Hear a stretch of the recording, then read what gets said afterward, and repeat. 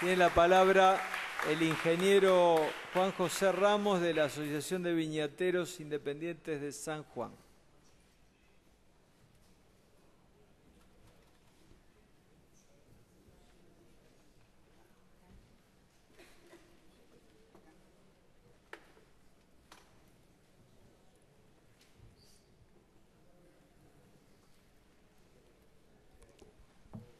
Buenas tardes. Bueno, muchas gracias por la posibilidad de poder expresarnos. ¿Qué tal? Les quería comentar que tuve oportunidad de participar en el transcurso de los debates que se realizaron con la aprobación posterior de la Ley de Protección de Glaciares. Y decirles brevemente que en San Juan, el sector agroindustrial, agrícola representa unos 100.000 hectáreas, 100.000 hectáreas donde la mitad es viñedo, el resto son otras actividades, un sinnúmero de actividades, y donde la actividad nuestra, vitivinícola en particular, buena parte de lo que nosotros producimos se exporta. Yo, por ejemplo, exporto uva y llegamos a Rusia, con uva fruta. Y así llegamos a varios países como Indonesia, Hong Kong, Estados Unidos. Lo mismo pasa con el vino, vamos a 50 y pico países. Con el mosto, con el jugo de uva en San Juan, de la uva que va a bodega, el 52% este año se hizo jugo de uva. Muchas veces ustedes piensan, uva es vino. Y uva, hay 20 tipos de uva, unas para vino, otras para pasa. San Juan produce mucha pasa. San Juan produce, que no va a la bodega, por supuesto, y que se exporta. Produce uva en fresco, importante cantidad, que se exporta, y también abastecemos, el 90% del mercado interno lo abastece San Juan.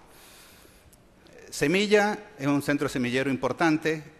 También producimos tomate, melones, bueno, cantidad de cosas que tienen que ver con el abastecimiento del mercado interno. Es decir, hoy, lo que quiero decirles, tenemos una posibilidad inmensa en el mercado exterior. Fíjese que la cosecha va a empezar para bodega y para hacer jugo de uva en febrero o marzo. Ya hoy nos hemos quedado sin casi mosto sulfitado porque todo se ha exportado. Entonces, hay grandes posibilidades de desarrollo de nuestra economía si apoyamos el campo. El campo, este gobierno, sobre todo Gioja, ha buscado que nosotros no tengamos rentabilidad.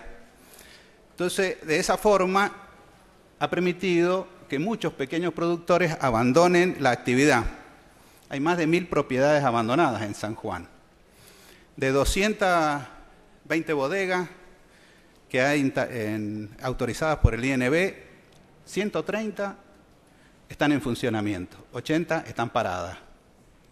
Es decir, ha habido una concentración, porque no es que produzcamos menos, sino que se ha concentrado el mercado. Ha habido una política de concentración económica. Los grupos monopólicos se han concentrado, más que antes.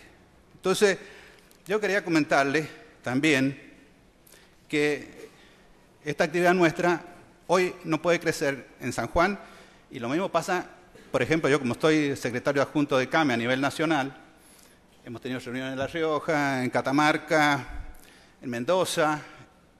¿Y qué nos dicen las comisiones de trabajo? ¿Cuál es el limitante fundamental, aparte de hoy tener un problema de competitividad con el valor del dólar? Tenemos el problema de la falta de agua. En todos los casos, las posibilidades de crecimiento están limitadas por la falta de agua. Entonces, en San Juan tenemos una crisis hídrica impresionante. Por ejemplo, para darle un número, necesitamos 2.000 hectómetros cúbicos, y este año vamos a tener, para pasar el año, ¿no es cierto?, total, agrícola, se mide la cantidad de agua en San Juan, decimos, tenemos tanto. El gobierno ha venido mintiendo con las estadísticas, y así ha hecho fracasar muchas producciones, pues no estaba el agua. Tenemos agua superficial y agua subterránea. También hoy se está tratando de salvar la situación con el agua subterránea. Bueno, el tema es que este año vamos a tener previsto menos de la mitad del agua necesaria. Cuando pedimos la declaración hace 3 o 4 años de la emergencia hídrica, el gobierno no quería darla porque no quería que los inversores de la minería se enteraran que el problema nuestro era que faltaba el agua. Que el agua o es para una actividad, nosotros por ley, el suelo, la superficie que bajo riego, tiene ya establecida una cantidad de agua. Y esa agua no llega al productor, llega menos de la mitad. Entonces tenemos un derecho de agua para 160.000 hectáreas y el productor riega menos de la mitad. El resto de lo que se riega es con agua subterránea. Tenemos más de 1.000 perforaciones en actividad que extraen agua del subsuelo, que hoy están bajando las napas, han bajado sustancialmente. Entonces tenemos riesgo de quedarnos sin agua superficial, tenemos los 2 diques secos, ahora vamos a tener 3 diques porque se está construyendo un tercero. Estamos hablando de la cuenca del río San Juan. El dique de Uyún, ustedes lo habrán escuchado nombrar, no tiene agua. Y Caracoles tampoco. Y están haciendo un tercero. Y bueno, y quiero contarles también, yo tuve oportunidad de poner acá cuando el senador Filmus presidía la comisión, y como en su voto, cuando se definió la ley de glaciares, fue favorable a la protección de glaciares y periglaciares. Acuérdense usted del periglaciar. Bueno, el otro día fue a San Juan y fíjese lo que le pasó. Lo esperaban una patota, ¿no? Donde le tiraron tomate, huevo. Yo estuve presente un poco porque iba a dar una conferencia en la Facultad de Ciencias Sociales y afuera lo esperaba una patota que dicen que eran trabajadores mineros, cosa que nosotros creemos que no era así. Entonces tiraron huevo, tomate. Entonces, si a los propios lo tratan así, Ernesto Llovera decía lo que le pasa a él como periodista. ¿Se imaginan lo que nos pasa a nosotros, que estamos allá? Por eso le pedíamos al senador Filmus que denunciara esto. Aprovecho la oportunidad para decirle al senador que lo denuncie, porque fue una agresión gratuita. Hay que investigar quién fue, por qué. Por acá lo dice el diario, la militancia duele. Justifica, porque dice que tuvo que ver con una ley porteña. Bueno, esto es un poco lo que nos pasa a nosotros. Fíjese, por ejemplo, a mí me sacan con, ¿ve? Ahí, con trajecito de presidiario. Pero, bueno, acá, como le decía, los clubes, hablando a propósito del turismo, del dique a la deriva. Las consecuencias del perilago del dique Uyún, pidieron subsidiar, ayuda económica, etcétera. Todo el turismo perdido. Esto es lo que está pasando hoy. Es decir, yo, en definitiva, para hacerla corta, tenemos, hoy decía lo otro, un productor, ya queremos agua, no importa que esté un poco contaminada. Ese es el tema. Hoy estamos viendo que no viene agua, están viniendo 30 y pico metros, 30 metros cúbicos por segundo, tendría que venir 60. No tenemos, estamos viendo que los requerimientos de agua con el calor cada vez son más y el agua no aumenta. Entonces, bueno, los productores nos movilizamos, primero por defender el derecho de agua. El gobierno quería que se transfirieran los derechos para privatizar el agua, logramos que no fuera así. Después, ahora que se declarara la emergencia hídrica, se declaró la emergencia hídrica, pero sin, como dijo también Llovera, sin que se impidan las concesiones a nuevos proyectos. Entonces, si hay crisis hídrica y le vamos a dar, porque no alcanza para las economías que ya están instaladas, y le vamos a dar agua a una nueva economía, entonces quiere decir que nos está quitando posibilidad de crecimiento o mantener lo que ya está instalado. Entonces, bueno, esto es la situación que se vive hoy. Lo podemos analizar ya a partir de estos años.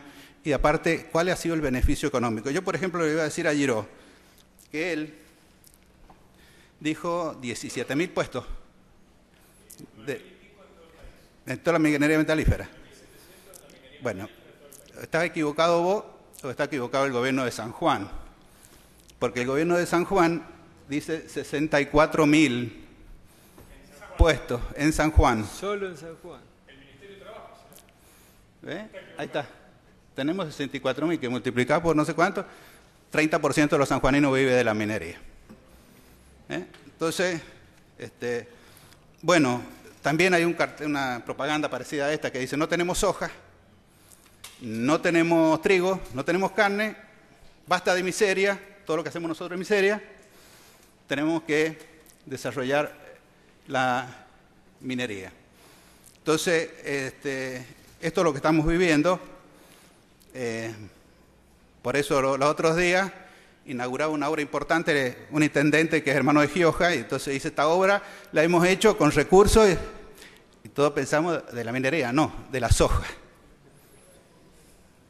Porque estamos recibiendo más de la soja que de la minería. Lo que pasa es que nosotros, aparte de lo que decía Giro también, tiene razón, recibimos una coparticipación especial.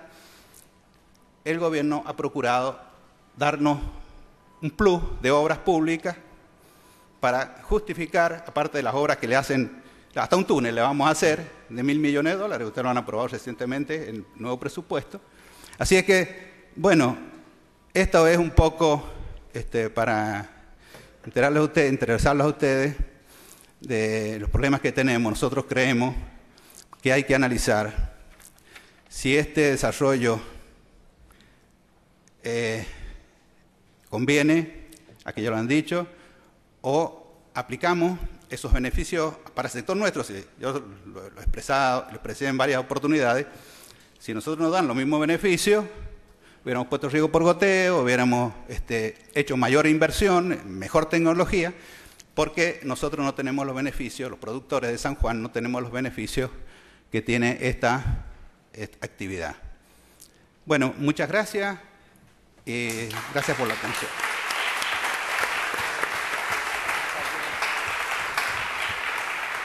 Bueno, ahora entramos en algunas intervenciones del abordaje de la megaminería en el contexto latinoamericano. Tiene la palabra Lucio Cuenca, que es director del Observatorio Latinoamericano de Conflictos Ambientales.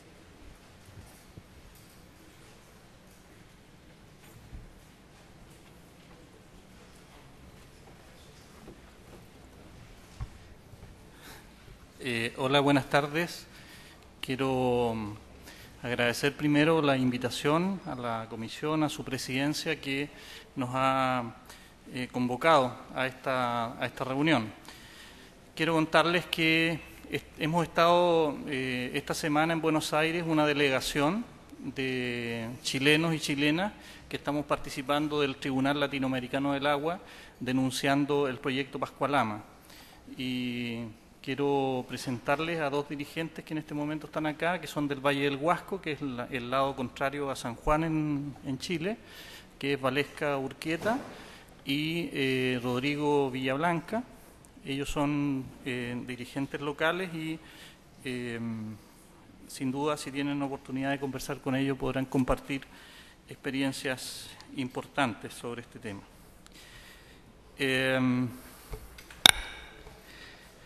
Quiero referirme a algunas cosas que permitan situar y, desde mi perspectiva, desmitificar lo que es el Chile minero, ¿ya?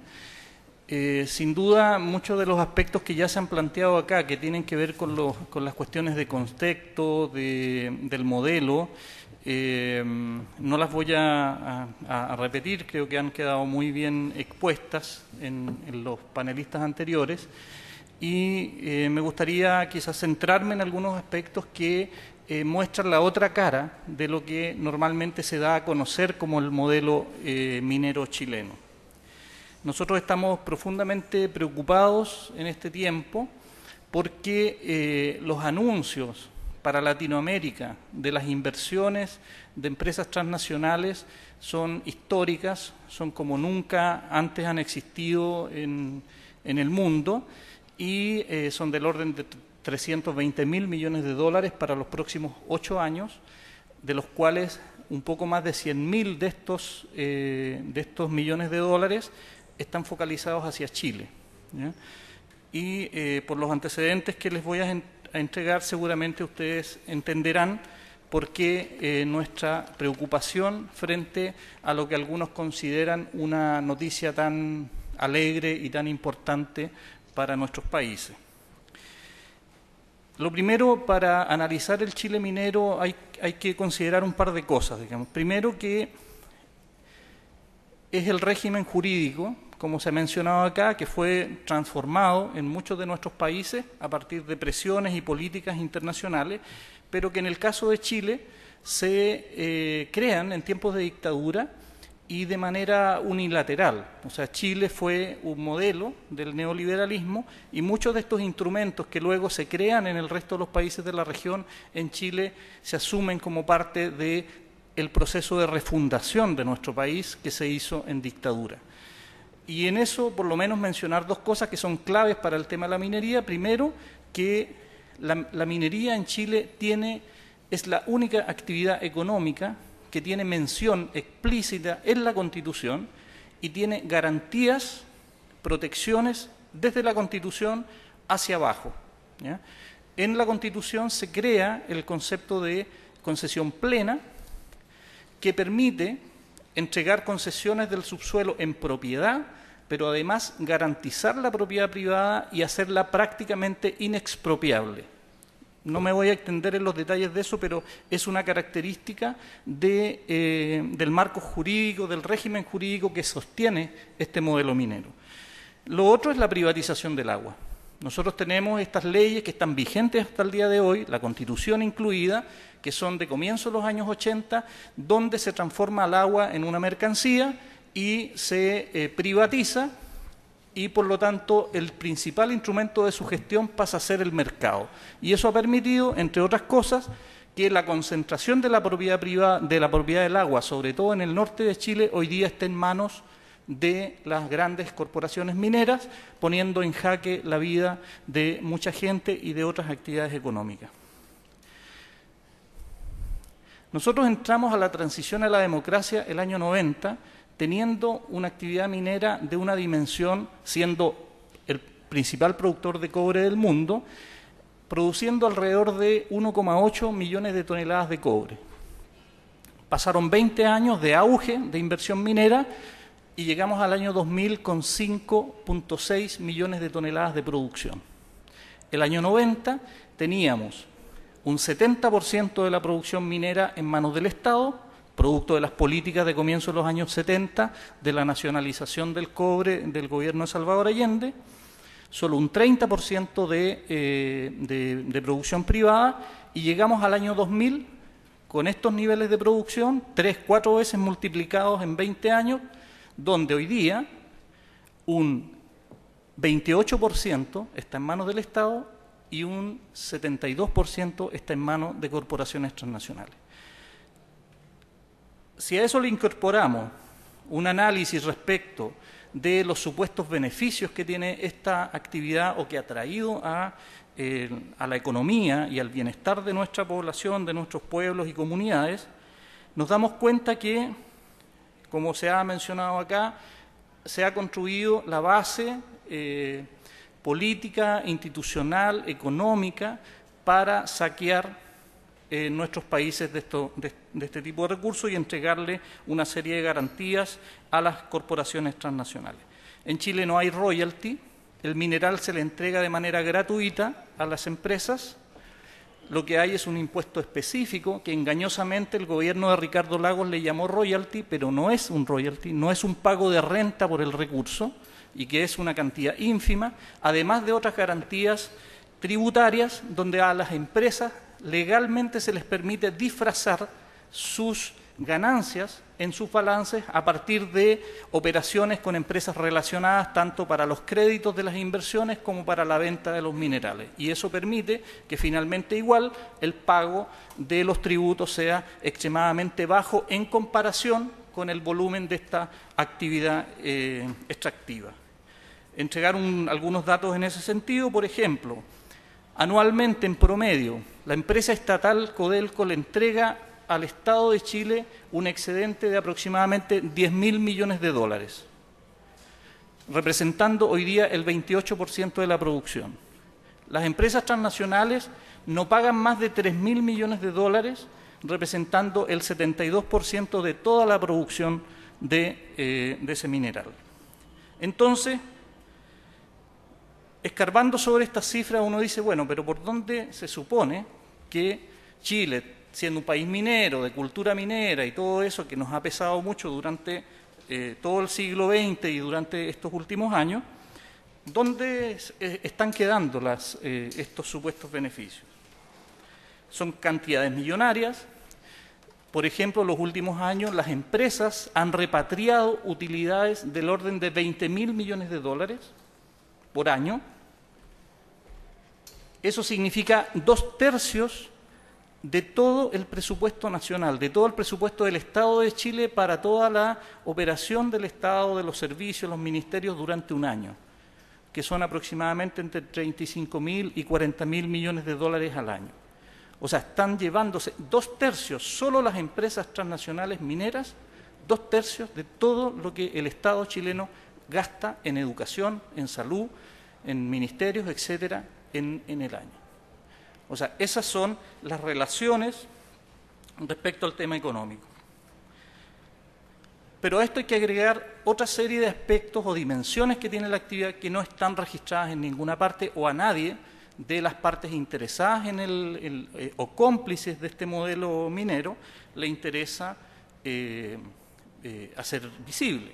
Una de ellas, por ejemplo, tiene que ver con el tema de la energía. Hoy día hay muchos conflictos en Chile por la construcción de centrales termoeléctricas a carbón porque es la energía más barata.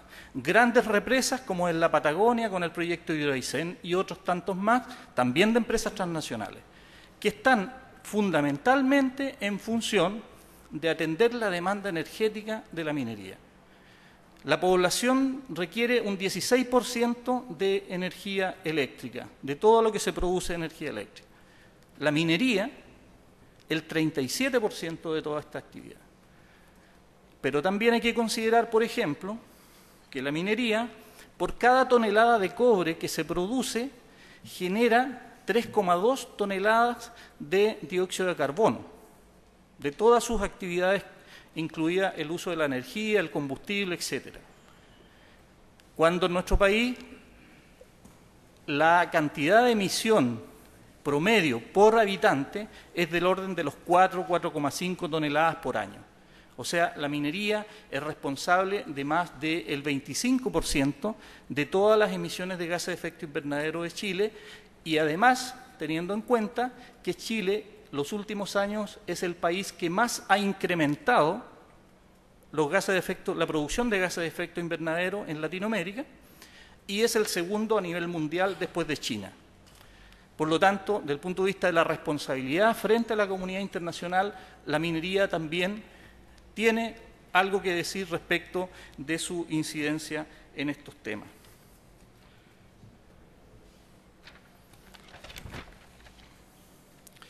Otro tema muy delicado y que se ha mencionado reiteradamente acá, sin duda, es el tema del uso intensivo de los recursos hídricos.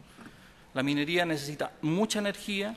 Hoy día, en relación a lo que era hace 15, 20 años atrás, la minería usa más energía, aproximadamente 45% más de energía eléctrica de lo que se usaba hace 2 décadas, por las tecnologías que se están usando. En algunas regiones, el consumo de agua por la actividad minera supera el 50% de toda la disponibilidad de agua. Eso ha llevado a que esta expansión en los últimos años tenga a todas las regiones del norte de Chile en una profunda crisis hídrica. Hay zonas que están amenazadas, como la provincia de Copiapó, donde viven 150.000 personas que están amenazadas de quedarse sin agua para consumo humano en los próximos 2 o 3 años, por informes que han hecho las propias empresas mineras y por informes que han hecho los servicios del Estado. O sea, en el norte de Chile hoy día hay una terrible escasez de recursos hídricos que amenaza incluso atender las necesidades de abastecimiento hídrico de las comunidades y de las distintas ciudades en esta región. Sin duda, uno de los aspectos importantes de esta expansión, que no es solo en producción, no es solo en consumo de energía, de agua, sino que también es una expansión territorial. Y en Chile eso significa que la gran minería que se concentraba en el norte se ha ido expandiendo hacia el sur, por lo tanto, invadiendo territorios que tradicionalmente tenían otras vocaciones, otros usos, como fundamentalmente la agricultura. Comunidades campesinas, comunidades indígenas, que desarrollaban su vida en torno a otras actividades, han visto su vida amenazada producto de esta expansión. Pero no solo eso, sino que esta expansión territorial también se va hacia la zona alta de la cordillera. Y ahí nos encontramos con ustedes y nos encontramos con lo que aquí se ha expuesto respecto del tratado minero entre ambos países. Hoy día hay faenas que se están desarrollando como Pascualama a más de 4.000, 4.500, 5.000 metros de altura. En los últimos meses, en el caso de Pascualama, no sé la cifra en el caso de Argentina, pero a menos de un año a la fecha han muerto 3 o 4 trabajadores de las faenas de Pascualama en el lado chileno, producto de los efectos de la altura. ¿Quién se hace cargo de eso? El tercer país, el territorio entregado en soberanía prácticamente a estas compañías, no dan cuenta de eso. Nuestras autoridades no se hacen cargo de eso.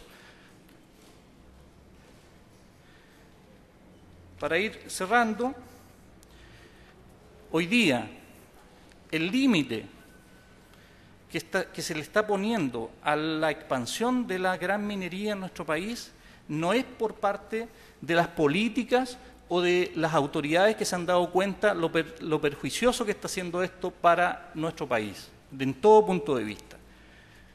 Si se revisan las estadísticas de producción, los últimos 3-4 años, la producción de Chile, la producción de cobre de Chile, que es la más importante, ha estado estancada. Eso también ha permitido que los precios se mantengan altos, ¿ya? Pero ha estado estancada. ¿Y por qué ha estado estancada? Porque no hay agua, porque no hay energía y por la resistencia que están oponiendo distintas comunidades en distintos territorios, sobre todo en el norte de Chile. Entonces ahí están surgiendo hoy día una serie de soluciones que tienen que ver con resolver estos temas, como por ejemplo la termoelectricidad a carbón, la más contaminante, pero que ya está también siendo resistida por distintas comunidades y pueblos a lo largo de todo el norte de Chile y sobre todo de las zonas costeras. Y eso también hay que consignar que es parte y se conecta con este despertar que hemos tenido de los movimientos sociales en Chile el último año y medio, los últimos 2 años, donde sin duda lo más relevante ha sido el movimiento por la educación contra el lucro, pero que hoy día se conecta también, y los movimientos por la educación pública, gratuita y de calidad están planteando la problemática de la minería, están planteando la nacionalización, están planteando la nacionalización del agua, están planteando preocupación respecto de la ley que hoy día privatiza los recursos pesqueros en Chile, que está debatiéndose en estos días en el Parlamento. ¿Sí? Y están también planteando, porque se han dado cuenta, la madurez que ha adquirido el movimiento, se ha dado cuenta que el tema del lucro en la educación, así como también el tema de la soberanía sobre los recursos naturales, tiene que ver con la Constitución. Y hoy día también adquiere más fuerza el movimiento por la reforma, por el cambio de la Constitución, y también un amplio sector de los movimientos sociales está planteando hacer esto a partir de una asamblea constituyente. Con esto quiero cerrar. Ustedes, no sé si se han enterado en estos días, hemos estado en proceso eleccionario de elecciones municipales que ha reflejado la más profunda crisis de representación que tiene el sistema democrático en nuestro país, el sistema de partidos políticos, donde más del 60% de la población no concurrió a votar, porque siente que su voto no tiene posibilidad de cambiar estas cosas que estamos conversando en este auditorio. Y esas son seguramente también las cosas que van a marcar la agenda y los temas y las preocupaciones de debate de las elecciones parlamentarias y presidenciales que tenemos en los próximos años. Quiero dejar planteado 3 últimos temas que tienen que ver con las cuestiones binacionales. Uno tiene que ver con cómo se administra, se aplica el Tratado de Medio Ambiente y específicamente el protocolo sobre recursos hídricos compartidos en relación al tema hidroeléctrico y al tema minero entre nuestros países. Hay denuncias en Chile que, por ejemplo, en el proyecto Hidroaicén no se ha considerado este protocolo, que es muy estricto, se supone, y que compromete a nuestros países para que se tomen decisiones en acuerdo entre ambos países respecto a la intervención de estos sistemas hídricos. Sí, estoy terminando. Lo otro que ya se ha mencionado acá es el tratado minero. Sin duda, esto también tiene una consecuencia sobre los recursos hídricos, los glaciares, la naciente de las cuencas, está en las zonas más altas de la cordillera. Se ha constatado y se ha denunciado en los últimos días y hay acciones incluso legales interpuestas las últimas semanas porque nuevamente los servicios del Estado en Chile han comprobado y se está en proceso de sanción a la empresa Barrick por la destrucción de glaciares en Pascualama, en el lado argentino. Nosotros creemos que estos instrumentos de relaciones internacionales hoy día se han desnaturalizado, hoy día no están al servicio de nuestras comunidades, de nuestros pueblos, y se han transformado en instrumentos de uso y beneficio en un 100% de carácter privado. Y eso no tiene que ver con la integración de nuestros pueblos, tiene que ver con el beneficio estrictamente del tema privado. Y con esto finalizo, disculpen la extensión, el tema de la tributación. ¿Ya? Hace pocas semanas atrás, la presidenta Cristina Fernández anunció que ponía término al tratado de doble tributación entre Chile y Argentina. Eso afecta al proyecto Pascualama. Hay un convenio específico de tributación para el proyecto Pascualama que además, en el caso argentino, comprometía, el gobierno argentino que lo firmó, se comprometía a hacer una reforma del sistema tributario, una reforma legal del sistema tributario argentino. Ese convenio, el gobierno argentino anunció que se le ponía término, pero ya están negociando otro.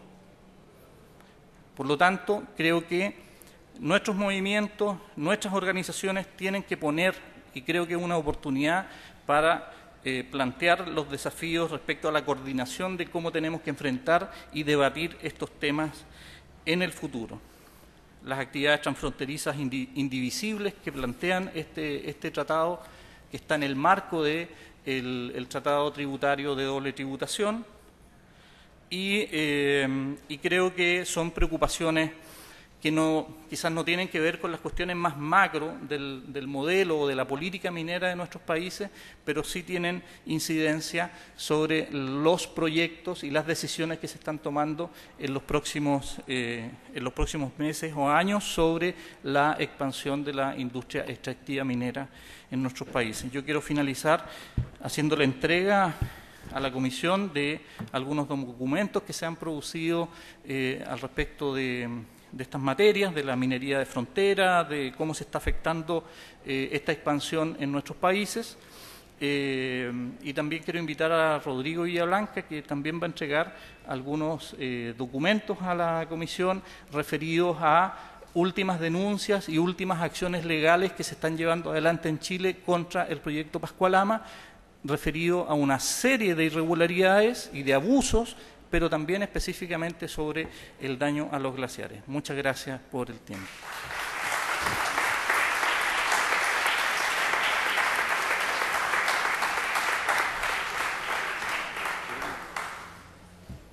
¿Podría explicarle un poco de qué se trata? Muy breve.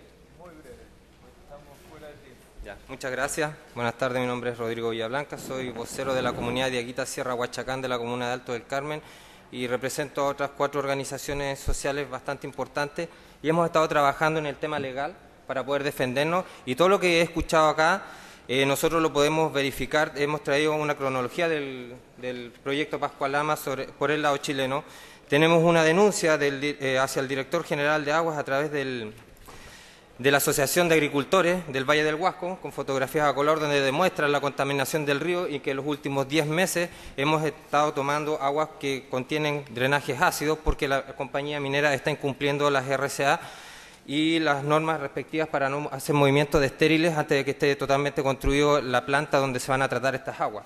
No solamente tomamos aguas con arsénicos y con plomo, también con excremento humano de los propios trabajadores que están destruyendo nuestra cordillera. Acá tenemos otro documento que es un informe de los regantes que subieron hacia el proyecto Pascualama, que costó más de 14 meses obtener la autorización para subir, en el cual también hay fotografías a color donde se demuestra la destrucción de los glaciares como el Toro 1 y el Toro 2, que hace menos de 10 años tenían una altura de más de 12 metros, en la actualidad no les llega ni siquiera a la rodilla. Y eso habla muy bien del trabajo de destrucción que está haciendo la compañía de mineros, amparado por la ley chilena y también por los políticos. Acá también traigo el inicio de sanción que ha interpuesto la DGA, que es la Dirección General de Aguas en Chile, y ratifica todo lo que les estoy diciendo y las fotografías y las denuncias que hay adjuntas anteriormente. Acá tengo otra denuncia del 28 de agosto de este año que se hizo a la Fiscalía de Vallenar, argumentando lo mismo que estoy diciendo y a la cual el fiscal se declaró incompetente. En Chile la mayoría de los políticos son incompetentes. Y acá tenemos también un recurso de protección en contra de la compañía minera y del SEA, que es el Servicio de Evaluación Ambiental, argumentando los mismos temas. Lo pudieron aceptar porque hubo, como se dice en Chile, pitutos a través del Senado que pudieron articular unas acciones para que un abogado que está representando a algunas comunidades indígenas puedan negociar con la compañía minera, que es lo que nosotros creemos, que lo que ellos buscan es una compensación por un posible daño ambiental, cosa que hizo la compañía minera Barrick con los regantes del Valle del Huasco, a lo cual le entregaron $60 millones, y si las comunidades indígenas, bueno, una parte de las comunidades indígenas acceden a esto, no podemos dar pie atrás, porque para eso sí ocupan el convenio 169, pero en los otros casos en los que nosotros exigimos que se cumpla el convenio 169, el gobierno a través de la CONADI, que es la Corporación Nacional de Desarrollo Indígena, nos pone trabas y pone decretos con fuerza de ley para que nosotros no podamos exigir cuáles son nuestros derechos en relación al convenio 169, y uno de los más importantes es que no nos hacen la pregunta a las comunidades, se la van a hacer a un CEREMI designado por el ministro del Interior, que él cree que sabe más de la naturaleza y de cómo nosotros nos desarrollamos en nuestro entorno. Y también les traigo una presentación ante el Tribunal Latinoamericano del Agua, argumentando los mismos hechos.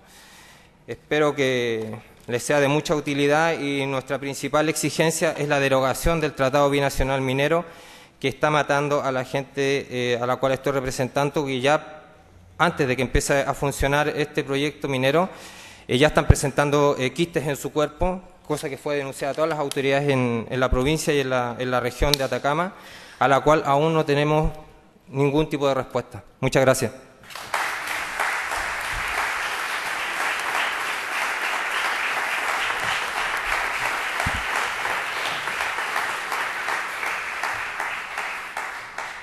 Tiene la palabra Mirta Vázquez, que es representante del Grupo de Formación e Intervención para el Desarrollo Sostenible. Desarrolla sus actividades en Cajamarca, Perú, con perspectiva macrorregional desde los enfoques de los derechos humanos y la sostenibilidad ambiental, equidad de género y desarrollo económico solidario. Sí, muy buenas tardes, gracias por la invitación. Soy Mirta Vázquez y vengo de Perú, exactamente de la zona norte de Perú, en Cajamarca, que es una de los lugares donde se produce más oro y se exporta más oro para todo el mundo. Nosotros en el Perú, como en Argentina, ustedes, como en Chile, estamos viviendo la misma historia. Nosotros estamos ahora básicamente nuestra economía está basada en la explotación de recursos naturales y en la exportación de estos recursos naturales. Se ha vendido mucho la idea de que el Perú es un país que está en franco crecimiento económico y que constituye un modelo económico para toda Latinoamérica. Sí, se cuenta esa historia y se muestran muchos índices, el crecimiento del PBI y eso simplemente significa cuánto dinero entra y cuánto dinero sale en nuestro país, pero no significa que el Perú haya superado los índices de pobreza, no significa que el Perú haya desarrollado. Nosotros, desde el año 90, en que Alberto Fujimori estuvo gobernando, él se encargó de modificar todas las normas y de arreglar legalmente todo el asunto para que pudieran ingresar los grandes inversores, las transnacionales y sobre todo las compañías mineras. Desde el año 90 tenemos una ley que favorece ampliamente la inversión privada en megaminería y por supuesto les da muchas ventajas a estas empresas. Nosotros en el 90 teníamos concesionadas más o menos 2.200.000 hectáreas de tierras para minería. Hacia el año 2012 ya tenemos 25 millones, pasamos de 2 millones de hectáreas de terreno para minería a 25 millones. Tenemos lugares como por ejemplo en Cajamarca, nuestro territorio regional está concesionado al 48%, pero tenemos distritos que están concesionados al 100%, 100% sin importar qué existe ahí, sin importar qué es lo que hay ahí, qué actividades se desarrolla ahí. Sí, se habla del Producto Bruto Interno, somos uno de los países que más ha crecido en el Producto Bruto Interno. Se habla de un crecimiento de 4.9 aproximadamente en estos últimos años, ¿no? Sí, pero ese 4.9 no significa nada porque nosotros seguimos siendo un país que está sufriendo altas tasas de pobreza. El 30% de nuestro país está viviendo bajo el umbral de pobreza, ¿no? El PBI no significa que las riquezas que han entrado en nuestro país se haya quedado ahí. El PBI no significa que se haya redistribuido la riqueza de manera equitativa. Por tanto, nosotros estamos como país en el 63º puesto entre los países que presentan más altas tasas de desigualdades. Ahora mismo nosotros se dice que recibimos mucho de los impuestos, el mito de los impuestos. Sí, pero echemos una mirada a lo que está pasando en el Perú. La actividad minera específicamente tiene grandes beneficios y el gobierno de Fujimori se comprometió a que todo inversionista minero de megaminería que entrara le firmaría un contrato de estabilidad tributaria, como sucede en otros de sus países, ¿no? Y por estos contratos de estabilidad tributaria, las empresas mineras, una vez que firman ese contrato, pasan a pagar los mismos impuestos por el resto de tiempo que se queden explotando en nuestro país. Pagan tasas mínimas. Lo único que se paga en el país es el impuesto a la renta. Las mineras solamente tributan el impuesto a la renta. De ese impuesto a la renta, la mitad le llaman canon minero. Y esa mitad es lo que se redistribuye en todos los pueblos, provincias, regiones donde estamos afectados por esta actividad. Lo que llega a las regiones, lo que llega a cada una de las provincias, por ejemplo en la región Cajamarca, la primera productora de oro, llega una cantidad de canon minero que no alcanza para construir 10 kilómetros de carretera asfaltada.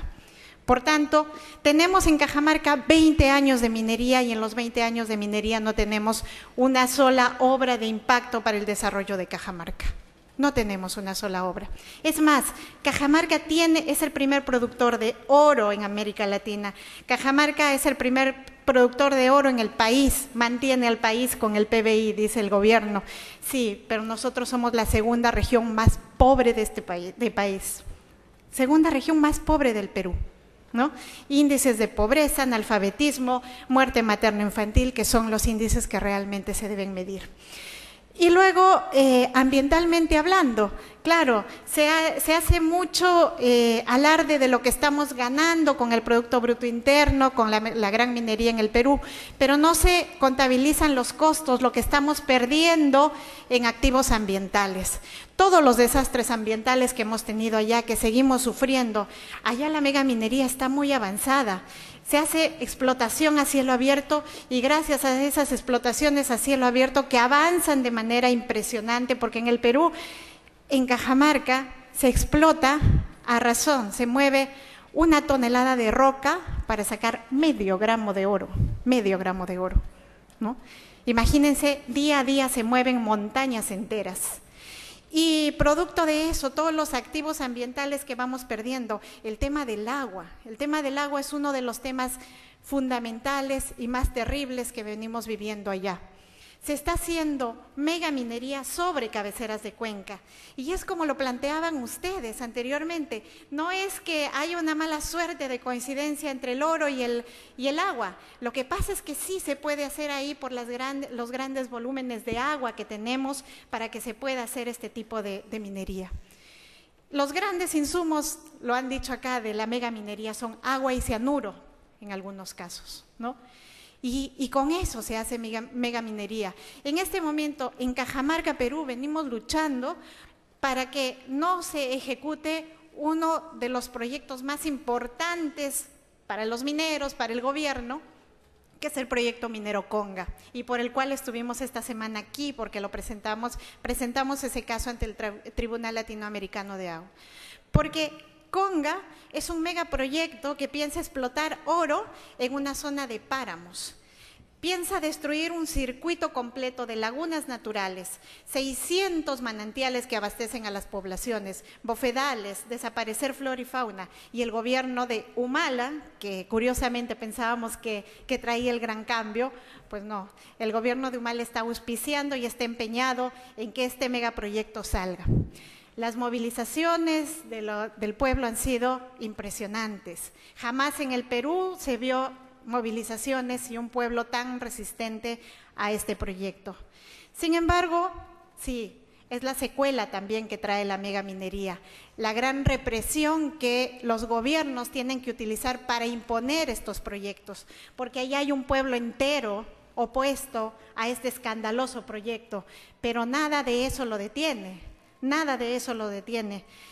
En el Perú, en este momento, se han modificado las normas legales para criminalizar la protesta social. Se han modificado las normas para militarizarnos las zonas en conflicto. Sí, cuando el pueblo dice no, hay 3.000, hay 5.000, hay 10.000 militares delante nuestro. El proyecto Conga, solo el proyecto Conga, mató a 5 campesinos comuneros a manos del ejército y de la policía. Y nosotros básicamente creemos que el gobierno está utilizando la represión y la criminalización de la protesta social para frenar la decisión de un pueblo. Este proyecto quiere ir. Hace un momento, mientras escuchábamos la conferencia, en Cajamarca, Perú, hay campesinos, miles de campesinos, cuidando sus lagunas, apostados frente a sus lagunas para que no las toquen, sirviendo de escudo humano. Hace menos de media hora me llegó un mensaje diciendo que hay 3.000 DINOES, que es la policía más especializada en el Perú para asaltos, subiendo a atacarlos, ¿no?